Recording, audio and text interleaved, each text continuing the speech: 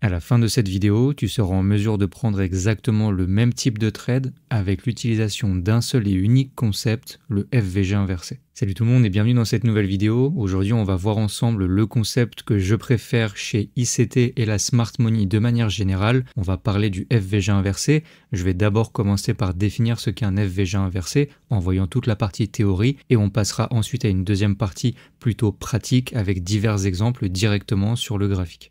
Avant même de voir la définition du FVG inversé, on va devoir commencer par s'intéresser au concept sur lequel il repose, à savoir le FVG classique. Le FVG en trading, il va être représenté par l'écart entre trois bougies qui se suivent et ce que ça va nous indiquer, c'est qu'il y a un déséquilibre entre l'offre et la demande sur le marché. Pour ceux qui ne sauraient pas, le marché du trading repose uniquement sur de l'offre et de la demande, c'est-à-dire que pour qu'il y ait un acheteur, eh bien, il doit y avoir un vendeur en face. Sauf que parfois, eh bien, le prix va se déplacer trop vite dans une seule direction sans que les acheteurs et les vendeurs aient eu le temps d'échanger à tous les niveaux de prix, ce qui va donc laisser des niveaux de déséquilibre sur lesquels les ordres n'ont pas pu être placés. Ce qui est vraiment intéressant avec le concept de FVG, c'est qu'il faut bien comprendre que pour réussir à créer un déséquilibre sur le marché, il va quand même falloir qu'il y ait des gros acteurs qui aient pris une position. Je rappelle quand même que le marché du Forex, c'est le marché le plus liquide du monde. Il y a des milliers de milliards d'euros qui sont échangés tous les jours. Et pour créer un déséquilibre, eh bien, ça va nous montrer que des gros acteurs ont pris une position. Si c'est un FVG acheteur, eh bien, on aura énormément de positions acheteuses qui viennent d'être injectées sur le marché. Et à l'opposé, si on a un FVG vendeur, cela nous montre qu'il y a eu beaucoup de positions vendeuses placées d'un seul coup. Gardez bien ça à l'esprit parce que pour le FVG inversé, ce sera vraiment quelque chose d'important à comprendre. Je prends une minute de votre temps pour vous parler de mon nouveau partenariat avec la propre firme Founded Next. Je suis très content et honoré de faire partie des quelques partenaires choisis par Founded Next car c'est tout simplement à mes yeux la meilleure propre firme actuellement sur le marché. Plutôt que de vous vendre du rêve, je vais simplement parler de manière factuelle en vous partageant les 3 points qui font que Founded Next est à mes yeux la meilleure propre firme. En premier, les différents comptes. Ils proposent 3 types de challenges, de quoi répondre aux besoins de n'importe quel trader. Tu retrouveras un challenge en 2 étapes très classique, un challenge en 1 étape pour ceux qui veulent obtenir un financement de manière plus rapide, et récemment, ils ont sorti un 3e type de compte, l'instant funding, autrement dit le financement instantané. Comme son nom l'indique, le financement instantané va te permettre de trader directement sur un compte financé et donc de pouvoir demander un payout sans avoir à valider la ou les phases du challenge. C'est du jamais vu pour une propre firme de cette envergure et c'est vraiment quelque chose qui va être révolutionnaire. 2. Les plateformes de trading.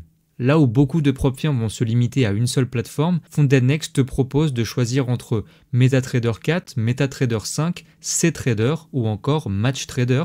Chacun y trouvera donc son compte. 3, et selon moi le plus important, ce sont les conditions de trading. C'est simple, tu n'as pas de limite de temps sur la plupart des challenges, il est autorisé de trader pendant les annonces économiques, tu peux trader tous les instruments financiers, les spreads sont petits, les commissions sont faibles et un truc assez dingue chez eux, si jamais tu fais une demande de payout qui est validée et que tu ne reçois pas ton argent sous 24 heures, eh bien Founded Next s'engage à te verser 1000 $ supplémentaires en plus de ton payout. Si jamais tu veux tenter l'aventure avec Founded Next, assure-toi d'utiliser mon lien partenaire qui est disponible dans la description de la vidéo. Bon, maintenant que j'ai fait un peu l'aspect théorique, comme je l'ai dit précédemment, pour repérer un FVG sur notre graphique, il va falloir regarder 3 bougies qui se suivent et qui forment ce qu'on va appeler un gap, un écart, un creux, vous appelez ça comme vous voulez. L'idée, c'est juste que entre la première bougie et la 3e bougie, on ait un espace, un vide sur lequel, eh bien, il n'y a pas eu de transactions, ou du moins sur lequel toutes les transactions n'ont pas pu être prises à temps. Comme on peut voir ici sur le schéma de gauche, j'ai un écart entre ma première bougie et ma 3e bougie, alors que si je regarde sur le schéma à droite, ici, par le fait qu'il y ait des mèches qui viennent s'entretoucher, tous les ordres ont pu être pris, et ici je n'ai aucun déséquilibre. C'est la même chose sur un FVG vendeur, comme on peut voir entre la première et la 3e bougie, j'ai une zone dans laquelle il n'y a eu aucun ordre, ou du moins pas tous les ordres qui étaient censés être pris en compte. Pourquoi? Parce que le marché a été trop vite et les acheteurs ou les vendeurs n'ont pas eu le temps de venir être activés sur leur zone d'entrée. Si on regarde à droite sur ce schéma-ci, on voit que comme pour celui-là pour le schéma acheteur, eh bien les mèches ici viennent s'entretoucher, je n'ai aucun déséquilibre et donc aucun FVG. Maintenant qu'on a vu ce qu'est un FVG, on va pouvoir enfin s'intéresser au concept de IFVG pour FVG inversé. Ce qu'il faut comprendre, c'est qu'un FVG classique aura pour but de servir soit de résistance, soit de support. J'utilise ces mots-là car je sais que la plupart d'entre vous vont très facilement les comprendre.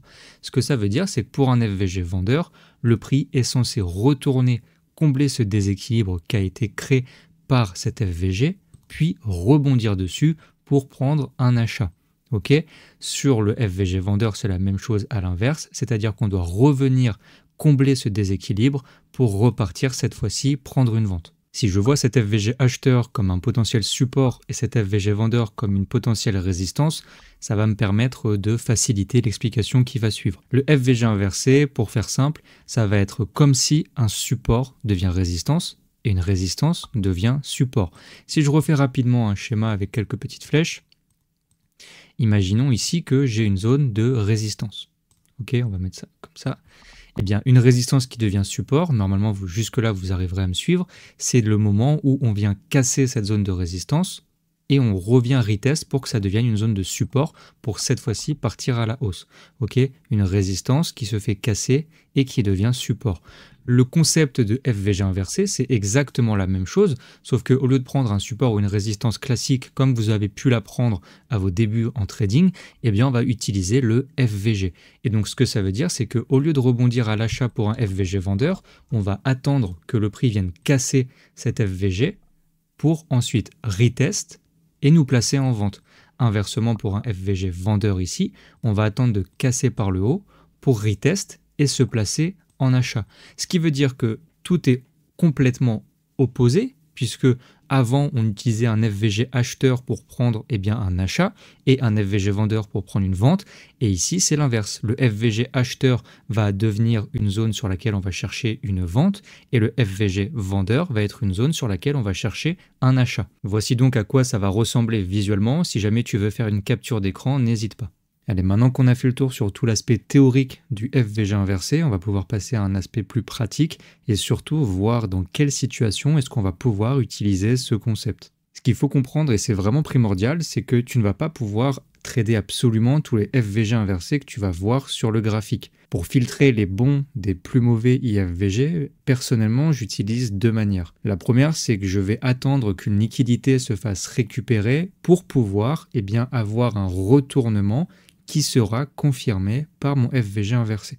C'est vraiment selon moi le meilleur moyen d'utiliser ce concept puisque quand tu vas venir récupérer une liquidité, normalement ton intention première c'est d'attendre que le prix se retourne. Et donc si tu attends que le prix se retourne car il vient de prendre une liquidité, eh bien le FVG inversé va venir complètement appuyer cette idée puisque un FVG qui se fait inverser nous montre que la puissance des acheteurs ou la puissance des vendeurs a complètement changé de sens. Tu te rappelles, juste avant dans cette vidéo, je t'ai dit que pour que le marché crée un FVG et donc un déséquilibre, il va falloir qu'il y ait énormément d'ordres placés sur un même niveau.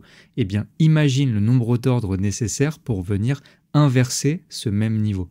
Ce que ça veut dire concrètement, c'est que si tu avais un FVG acheteur qui vient se faire inverser très peu de temps après avoir été créé, eh bien ça veut dire que les vendeurs ont largement repris la main sur les acheteurs. Ça me permet d'ailleurs d'apporter une petite précision. Pour que ton IFVG soit vraiment efficace, il va falloir qu'il se fasse inverser rapidement après avoir créé son propre FVG. Si tu as un FVG acheteur qui se crée et qu'il vient se faire inverser 1 heure, 2 heures, 3 heures après, il aura beaucoup moins d'impact que s'il vient se faire inverser quelques minutes après avoir été créé. Pour ceux qui auraient la connaissance de ce concept, on va pouvoir aussi associer ça au buy to sell et au sell to buy. Enfin bref, tu l'auras compris, quand le prix vient récupérer une liquidité et qu'en plus il te crée un FVG inversé, de manière très générale, les probabilités de retournement sont assez élevées. La deuxième manière dont j'utilise le concept de FVG inversé, ça va être de venir le combiner avec ce qu'on va appeler les zones d'intérêt. Personnellement, je vais me concentrer sur 3 zones d'intérêt. Je vais me concentrer sur les order blocks, les zones de supply and demand et le FVG, concept qu'on a vu juste avant. L'idée, c'est de venir sur une unité de temps assez élevée pour repérer ces zones, puis ensuite, lorsque le prix va rentrer dans cette zone d'intérêt, passer sur une unité de temps plus petite et ainsi chercher un FVG inversé qui va encore une fois venir confirmer le retournement qu'on attend. Merci d'avoir regardé la vidéo jusqu'au bout. Si jamais tu veux continuer à suivre ce que je fais, n'hésite pas à rejoindre mon canal Telegram. C'est là-bas que je vais partager le plus d'informations. Tu retrouveras le lien dans la description de cette vidéo.